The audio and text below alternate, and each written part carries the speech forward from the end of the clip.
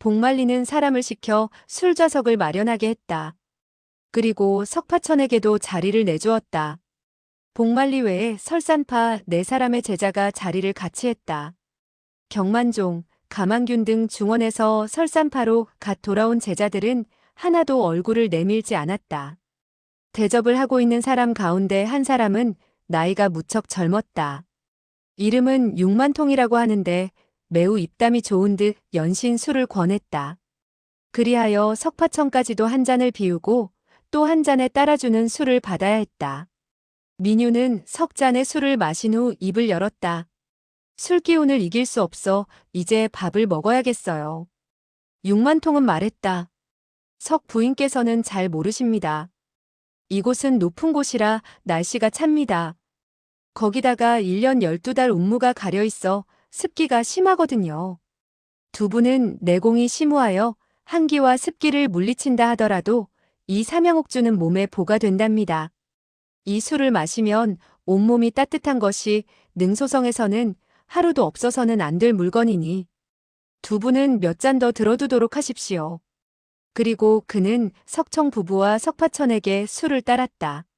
민유는 이 술이 약간 시고 달콤하며 인삼의 냄새가 매우 짙다는 것을 느끼고 있었다. 삼양옥주라는 말을 듣고 그녀는 속으로 생각했다. 그는 매우 깍듯한 인사치레의 말을 하는구나. 우리들의 내공이 심우하여 한기와 습기가 침입하는 것을 두려워하지 않는다 하더라도 이와 같이 센 약주를 마시지 않는다면 몸에 해로운가 보다. 이윽고 그녀는 다시 2잔의 술을 더 마시게 되었다. 벼랑간 아랫배 쪽에서 뜨거운 기운이 확 위로 솟구쳤다. 가슴팍이 불에 타듯 화끈거려 그녀는 재빨리 운기하여 이를 억누르려고 하면서 억지로 웃었다. 봉아우님, 이 술은 굉장히 독하네요. 석청은 벌떡 몸을 일으키며 복말리에게 호통을 쳤다. 이게 무슨 술이요? 이것은 삼양옥주라고 하는데 술이 독하긴 하지요. 그러나 천하의 명성을 떨치고 있는 흑백상검을 어떻게 하지는 못할 것이외다. 석청은 날카롭게 외쳤다. 자네는. 그러다가 그는 몸을 흔들하더니 탁자 위에 엎어졌다. 민유와 석파천은 재빨리 손을 뻗쳐 석청을 부축하려 했으나 갑자기 머리가 어지러워지고 눈이 가물가물해졌다. 온 세상이 빙글빙글 돌아가는 것을 느끼고 그만 2사람도 석청의 몸 위에 쓰러지고 말았다. 얼마의 시간이 흘렀을까? 석파천은 흐릿한 상태에서 천천히 깨어나게 되었다. 처음에는 꿈속인가 생각하고 일어날 생각으로 천천히 손을 뻗쳐보았다. 그런데 갑자기 손목에 무엇인가 차갑고도 딱딱한 물건이 끼워져 있는 것을 느끼고 깜짝 놀라 정신을 차리게 되었다. 그러고 보니 손과 발은 이미 수갑과 쇠고랑으로 채워져 있지 않은가. 그리고 눈앞이 캄캄하여 어디가 어딘지 분간할 수가 없었다. 재빨리 몸을 일으켜 2걸음 옮겨 놓았다. 쾅 하고 이마가 딱딱한 석벽에 부딪혔다. 그는 정신을 가다듬었다. 손을 뻗쳐 만져보니 사방이 석벽인데 자기가 지금 갇혀있는 곳은 1장 둘레의 석실에 불과했다. 그리고 땅바닥도 울퉁불퉁한 것이 아마도 커다란 바위돌인 것 같았다. 그는 눈을 크게 뜨고 사방을 살펴보았다. 오른쪽 모퉁이에 희미한 빛이 아스라이 스며들고 있었다. 자세히 보니 한자 둘레의 구멍이었다. 고양이 정도면 출입할 수 있을지 모르지만 강아지도 기어들어갈 수 없는 그런 구멍이었다. 그는 팔을 들어 수갑으로 그 석벽을 쳤다. 사방에서 무겁고도 둔탁한 소리가 들렸다. 석벽은 매우 두꺼워 좀처럼 훼손시킬 수 없다는 것을 금방 알아차릴 수 있었다. 그는 벽에 등을 기대고 앉아서는 생각을 했다. 내가 어떻게 하여 이곳에 오게 되었을까? 삼양옥주인가 하는 것을 마셨는데 아마도 이상했던가 보다. 몽한약 같은 것을 타지 않았다면 석 장주가 술자리에서 쓰러질 리도 없을 것이다. 설산파의 사람들은 석중옥을 죽이려고 단단히 벼르고 있는데 석 장주 부부가 대항할까봐 그런 식으로 우리들의 정신을 잃게 만든 것일 게다. 그러나 다시 생각을 돌이켜보면 그들이 어째서 자기를 죽이지 않았을까 하는 의심이 들었다. 아마도 백자재 위덕 선생이 병을 앓고 있기 때문에 자기네들을 며칠간 감금했다가 그가 병석에서 일어나게 되었을 때 친히 처리하도록 하자는 것이 아닌가 하는 생각도 들었다. 그리하여 그는 위덕 선생이 자기에게 묻게 되었을 때 자기가 계잡종이며 석중옥이 아니라는 것을 밝히기만 하면 아무런 원한이 없는 사이이니 자기를 놓아주리라고 생각했다. 하지만 석장주 부부는 위덕 선생이 놓아주리라고는 볼 수 없었다. 어쩌면 두 사람을 바위로 이루어진 서곡 속에 쳐넣고 석중옥을 찾아올 때까지 감금할지도 모르는데 그렇게 된다면 오히려 일이 잘못되는 것이라고 생각했다.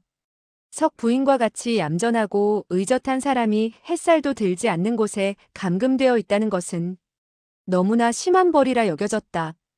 어떻게 하든 간에 그녀와 석 장주를 구해야겠다고 작정을 했다. 그러고 나서 그는 천천히 백자재와 따져볼 생각이었다. 한데 사람을 구하겠다는 생각이 들자 약간 근심이 되었다. 발에는 고랑쇠가 채워지고 손에는 수갑이 채워졌는데 어떻게 나가서 사람을 구한담? 능소성 안에는 모두가 설산파 사람들인데 또 누가 와서 나를 구해주겠는가? 그는 두 팔을 나누어 힘을 주어 쇠사슬을 끊으려고 했다. 그러나 쨍그랑거리는 소리만 연신 들려올 뿐 무쇠로 만들어진 고랑쇠와 수갑은 꼼짝도 하지 않았다. 바로 이때였다. 조그만 구멍 쪽에서 불빛이 새어들어왔다. 누군가 등을 들고 가까이 다가온 모양이었다. 구멍 안으로 하나의 뚝배기를 들이미는데 그 뚝배기에는 반쯤 쌀밥이 담겨 있었다. 그리고 밥 위에는 소금에 절인 듯한 무 조각이 있고 한 쌍의 대나무 젓가락이 밥에 쿡 찔려 있었다. 석파천은 이제 더 벙어리 노릇을 할 수가 없어 부르짖었다. 이것 보시오. 나는 백대감에게 말씀드리고 싶소. 바깥의 사람은 냉소를 흘릴 뿐 등불이 점점 멀어져 갔다. 서곡 구멍 앞에서 떠나가는 것 같았다. 석파천은 밥 냄새를 맡게 되자 배가 고프다는 것을 느꼈다. 술자리에서 적지 않은 음식을 먹었는데 어째서 지금 배가 이토록 고플까? 내가 정신을 잃고 있었던 시간이 상당히 길었던가 보군. 이와 같은 생각을 하면서 그는 뚝배기를 들고 젓가락을 뽑아서는 밥과 절인 물을 개눈 감추듯 먹어버렸다. 밥을 먹고 난 후 그는 뚝배기를 다시 원위치에 갖다 놓았다. 몇 번 힘을 주어 바둥거려 보았으나 수갑과 발목에 채워진 고랑쇠는 특수한 강철로 만들어져 있었는지라 내력을 도두어도 끊으려야 끊을 수가 없었다. 오히려 손목과 발목에 찰과상만 입었을 뿐이었다. 그는 다시 문을 더듬어 보았다. 얼마 후 그는 성문을 찾게 되었는데 성문과 벽 사이의 틈바구니를 확인한 후 성문을 어깨로 떠밀어 보았으나 성문도 끄떡도 하지 않았다. 얼마나 무겁고 튼튼한지 알 수가 있었다. 그는 한숨을 내쉬었다. 다른 사람이 나를 데리고 나가는 것을 기다리는 수밖에 없구나. 그런데 그들이 석 장주 부부를 괴롭히지 않는지 모르겠구나. 이런저런 생각을 하다가 그는 석벽에 등을 기대고 잠을 청했다. 뇌옥 속에서는 시간이 얼마나 흘렀는지 알 수가 없었다. 아마도 꼬박 하루가 지났다고 생각하고 있을 때 겨우 밥을 날라온 모양인지 인기척이 있었다. 하나의 손이 그 구멍으로 불쑥 디밀어지더니 뚝배기를 거두어 가려고 했다. 갑자기 석파천은 떠오르는 생각이 있었다. 그 사람이 다시 밥과 찬이 든 뚝배기를 동굴 안으로 디밀 때 벼락같이 달려들어 쨍그랑거리는 소리와 함께 그 사람의 손목을 움켜잡았다. 그의 금나수법은 대단한 데다가 심오한 내력을 쏟게 되자 무림 고수라도 견디지 못할 정도라 그 사람은 돼지 멱다는 듯한 울부짖음을 토해냈다. 석파천은 오히려 힘을 주어 더욱더 끌어당겨 그의 팔이 구멍 안으로 들어오도록 만든 후 호통을 내질렀다. 더 고함을 친다면 이 팔을 분질러 버릴 테니 알아서 하시오. 그 사람은 애걸했다. 소리 지르지 않을 테니 손을 놓으시오. 석파천은 단호한 어조로 말했다. 빨리 문을 여시오. 문을 열어주어야만 손을 놓겠소. 그 사람은 선뜻 응낙했다. 좋소. 손을 놓으시오.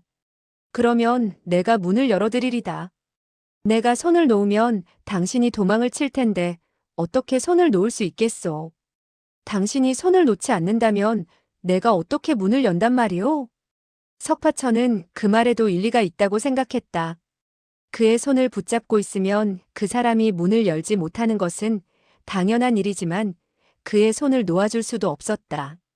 이때 마침 좋은 생각이 떠올랐다. 손에 채워진 수갑의 열쇠를 디미시오. 열쇠라니? 그것은 나에게 없소. 소인은 밥을 날라다주는 심부름꾼에 불과할 뿐이요. 석파천은 그 어조로 미루어 진실이라고는 받아들일 수가 없었다. 그리하여 움켜잡은 손목에 힘을 바짝 주며 말했다. 좋소. 그렇다면 당신의 손목을 먼저 부러뜨리겠소. 그 사람은 연신 비명을 내질렀다. 어이구 어이구. 그러다가 그는 생각을 돌렸는지 쨍그랑하는 소리와 함께 열쇠를 밖에서 안을 향해 던졌다. 이 사람은 매우 교활했다. 열쇠를 멀찌감치 던져 석파천으로 하여금 열쇠를 줍기 위해서는 자기의 손목을 놓지 않으면 안 되도록 했다. 석파천은 일시 어떻게 해야 할 바를 몰랐다. 그의 손을 꽉 잡고서는 왼발로 그 열쇠를 긁어 이쪽으로 끌어오려고 했다. 한데 그 사람의 팔을 모조리 구멍 안으로 끌어들였으나 왼발의 끝이 열쇠에 닿지 않았다. 아직도 몇 자의 간격이 있었다. 그 사람은 그만 아픔에 부르짖었다. 그만 잘못하면 나의 팔이 끊어지겠소. 석파천은 애써 다리를 뻗쳤다. 그러나 손에는 물론 발과 발 사이에도 쇠사슬이 연결되어 있어 발끝이 열쇠에 닿지를 않았다. 그는 자기가 뻗어낸 그 발을 바라보고 있다가 갑자기 좋은 생각이 떠올랐다. 그는 재빨리 왼쪽 다리를 구부리고 신발을 벗어 벽 쪽을 향해 내던졌다. 그 신발은 벽에 부딪혀서 되돌아오게 되었는데 되돌아오는 그 기세에 열쇠마저 이끌려오게 되었다. 석파천은 환호성을 지르며 왼손으로 열쇠를 주워들었다. 그리고는 오른쪽 손목의 수갑 구멍에 열쇠를 디밀고 가볍게 돌리자 철컥하는 소리와 함께 수갑이 풀어졌다. 그는 다시 왼쪽의 수갑을 열쇠로 열어서는 오히려 그 사람의 손에다 그 수갑을 채웠다. 그 사람은 놀라 부르짖었다. 이게 무슨 짓이오? 석파천은 웃으며 말했다. 당신은 이제 문을 열도록 하시오. 그리고 쇠사슬을 구멍으로 자꾸만 내보냈다. 그 사람은 그래도 여전히 망설였다. 석파천은 쇠사슬의 끝을 잡고 잡아당겼다. 그리고 다시 그 사람의 팔이 구멍 안으로 들어오도록 만들었다. 기운을 너무 쓴 나머지 그 사람의 얼굴이 석벽에 부딪혀 대뜸 코가 깨어져 피가 흘러내렸다. 그 사람은 항거할 수 없다는 것을 알았다. 쨍그랑거리는 쇠사슬을 끌면서 성문을 열었다. 그러나 쇠사슬의 다른 한쪽이 석파천의 발목에 묶여 있었고 쇠사슬이 조그만 구멍을 통해 두 사람을 묶고 있었기에 석실 문이 열렸음에도 석파천은 여전히 나올 수가 없었다. 그는 쇠사슬을 잡아당겼다 놓으며 입을 열었다. 발목 고랑쇠의 열쇠를 나에게 주시오. 그 사람은 울상을 지었다. 나는 정말 없소. 소인은 땅이나 쓸고 밥을 짓는 일꾼에 불과한데 무슨 열쇠가 있다고 준단 말이오? 줬소. 그렇다면 나간 후에 다시 봅시다. 그러고 나서 그는 그 사람의 팔을 다시 구멍 안으로 끌어들이고 손목의 수갑을 풀어주었다. 그 사람은 자유의 몸이 되자 급히 달려가 성문을 밀어 열리지 않도록 하려고 했다. 하지만 석파천은 몸을 번쩍 날려 그보다 먼저 성문 밖으로 달려나갔다. 그 사람은 흰 옷을 입은 다부진 체격의 사내로 설산파의 정식 제자가 틀림없었다. 결코 허드렛 일을 하는 일꾼이 아님을 알아챈 석파천은 대뜸 그자의 뒷덜미를 잡아 올리며 호통을 쳤다. 나의 발목 고랑쇠를 풀지 않는다면 당신의 머리통을 저 벽에다 100번은 부딪히게 하겠소. 석파천이 그의 머리를 석벽에 가볍게 부딪히자 사내는 겁에 질렸다. 본래 무공이 약하지 않았으나 석파천의 손에 붙잡히자 마치 독수리에게 체인 병아리 격으로 조금도 움직일 수가 없었다. 부득이 그는 열쇠를 꺼내 석파천의 발목 고랑쇠를 풀어주었다. 석파천은 다시 호통치며 물었다. 석 장주와 석 부인은 어디에 가두었소? 빨리 안내하시오. 그 사람은 고개를 가로저었다. 설산파는 현소 장관은 아무런 원한이 없어 석 장주 부부는 이미 보내드렸소. 그 말에 석파천은 반신반의했다. 그런데 그 사람의 시선이 자꾸만 통로 끝쪽에 있는 성문으로 쏠리는 것을 보고 석파천은 석 장주 부부가 바로 그 석실에 갇혀 있을 것이라고 판단했다. 그는 뒷덜미를 잡고 성큼성큼 그 성문 앞으로 다가가 외쳤다. 빨리 문을 여시오. 그 사람은 안색이 크게 변했다. 나는 열쇠가 없소이다. 이곳에 갇혀 있는 것은 사람이 아니외다. 한 마리의 사자와 두 마리의 호랑이니 문을 열면 큰일이오. 석파천은 매우 이상하게 생각하고 귀를 성문에 갖다 댔다. 그러나 안에서는 맹수의 울부짖음이 들리지 않았다. 그 사람이 재빨리 말을 이었다. 이제 석실에서 나왔으니 빨리 도망이나 치십시오. 이곳에서 지체하다가 남에게 발견된다면 다시 잡히게 될 것이오. 석파천은 오히려 의아해했다. 이자는 나의 친구도 아닌데 어째서 나에게 관심을 가질까? 처음에 수갑을 풀고 성문을 여는 것도 마다하더니 이제는 빨리 도망치라고 하니 틀림없이 무슨 곡절이 있는 모양이다. 혹시 석 장주 부부가 이곳에 갇혀있기 때문에 부리는 수작이 아닐까? 생각이 여기에 미치자 그는 사내의 머리통을 다시 석벽에 부딪히게 하며 말했다. 열 거요, 안 열 거요? 나는 사자와 호랑이를 좀 구경해야겠소. 그 사람은 놀라 부르짖었다. 안에 갇힌 사람은 호랑이나 사자보다 더욱 흉악하다오. 며칠 동안 아무것도 먹지 못해서 사람을 보기만 하면 즉시 덮쳐들 것이오. 그러나 석파천은 사람을 구하고 싶은 마음에 그의 군소리에 신경 쓰지 않았다. 냉큼 그자를 들어올려 발목을 잡고 거꾸로 세운 채 흔들어댔다. 쨍그랑하는 소리와 함께 그의 몸에서 두 개의 열쇠가 떨어졌다. 석파천은 크게 기뻐하며 그 사람을 내던지고 열쇠를 주워들었다. 열쇠 구멍에 밀어넣고 돌리자 철커덕하는 소리와 함께 자물쇠가 열렸다. 그 사내는 비명을 내지르며 도망쳤다. 석파천은 속으로 생각했다. 저자가 도망쳐서 연락이라도 하게 된다면 여러모로 불편해질 것이다.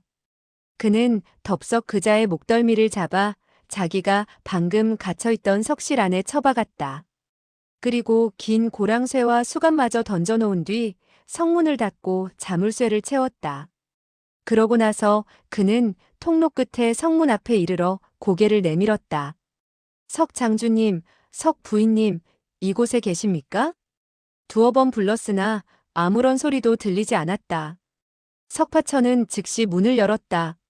안쪽에는 첫 번째 문에서 1장쯤 되는 곳에 또 하나의 성문이 있었다. 열쇠가 두 개인 것을 보니 문이 두 겹인가 보구나. 그는 다른 열쇠로 두 번째 성문을 열었다. 성문을 며칠 정도 열며 급히 불렀다. 석장주님. 그런데 석실 안에서 대뜸 욕지거리가 터져나왔다. 이 후레 자식들. 내 너희들을 천갈래 만갈래 찢어 죽이고 말겠다. 결코 곱게 죽도록 내버려 두지는 않겠다. 이어 쇠사슬이 쨍그랑거리는 소리가 울려 퍼졌다. 그 목소리는 매우 둔탁하고 쉬어 있었는데 강남 지방 출신인 석청의 맑은 목소리가 아니었다. 석파천은 석청 부부가 아니더라도 설산파에 갇힌 사람이라면 구해야겠다고 생각하며 말했다. 욕을 하실 필요 없습니다. 제가 당신을 구해내겠소. 그러나 그 사람은 계속해서 욕설을 퍼부었다. 내까진 놈이 무엇냐? 감히 이곳에 와서 이 늙은이를 속이려 들어. 나는 너의 개 모가지 같은 목을 비틀어 놓고 말겠다. 석파천은 빙그레 웃었다. 이 사람은 성질이 매우 급하군. 햇살 한 점 들지 않는 석실 속에 갇혀 있으니 성질을 부릴 만도 하겠다. 그는 재빨리 안으로 들어가며 말했다. 당신도 수갑과 고랑쇠를 차고 있소? 말이 끝나기 무섭게 어둠 속에서 휙 하는 소리와 함께 무거운 것이 머리 위로 떨어졌다. 석파천은 재빨리 왼쪽으로 몸을 피했다. 일격을 피하긴 했으나 자세를 가다듬기도 전에 누군가 등 뒤에 요혈을 움켜잡았다.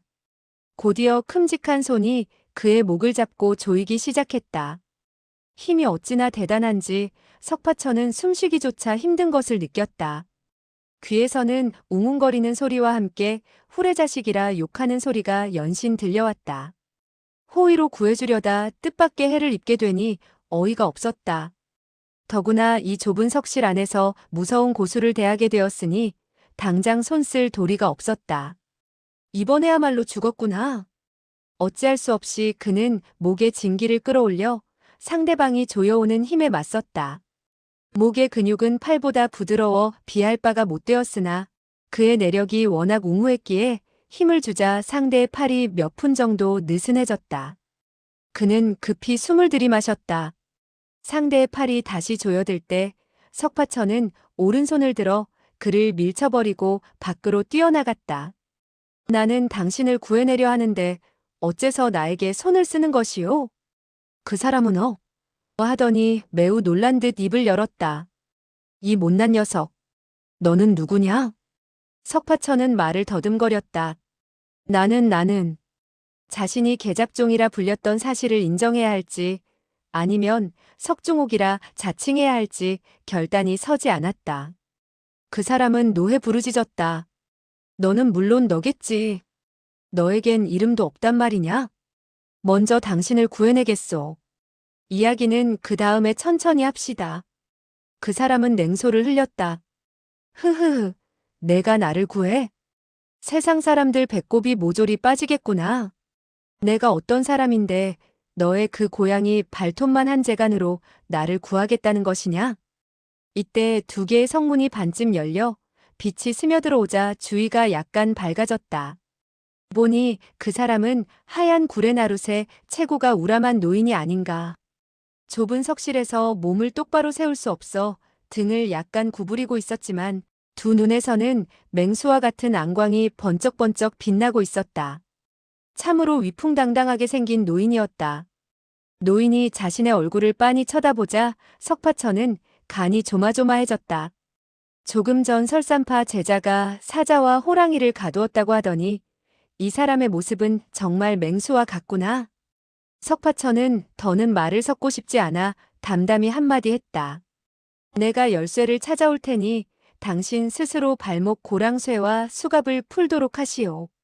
그 사람은 노해 부르짖었다. 누가 너더러 아첨하라고 하더냐? 나는 이곳에 남아서 조용히 수양을 쌓겠다. 그렇지 않으면 이 세상 사람 가운데 누가 감히 나를 이곳에 가둘 수 있겠느냐? 이어 그는 매우 의젓한 어조로 덧붙였다. 내 녀석은 눈을 뜨고도 사람을 알아보지 못하는구나. 흐흐흐. 오늘 이 할아버지가 기분이 매우 좋았기에 망정이지. 만약 그렇지 않았더라면 그 한마디에 내 녀석을 12토막을 내고도 모자랐을 것이다. 그는 두 손을 마구 흔들었다. 쇠사슬이 쨍그랑거리는 가운데 그의 호언장담이 이어졌다. 이 할아버지는 화가 나면 이 쇠사슬을 단번에 끊어버릴 수 있다. 이까짓 발목 고랑쇠와 수갑은 내 눈엔 두부와 다름없다. 석파천은 믿기지 않았다. 이 사람의 말투는 정말 미치광이 같구나. 구해주는 것을 원하지 않는데 억지로 구하려 들다가는 오히려 나를 죽이려 들 것이다. 무공이 너무 고강하여 싸워도 이길 수 없으니 석 장주와 석 부인을 먼저 구해야겠다. 생각을 정리한 석파천은 간단히 말했다. 그렇다면 나는 이만 가보겠소.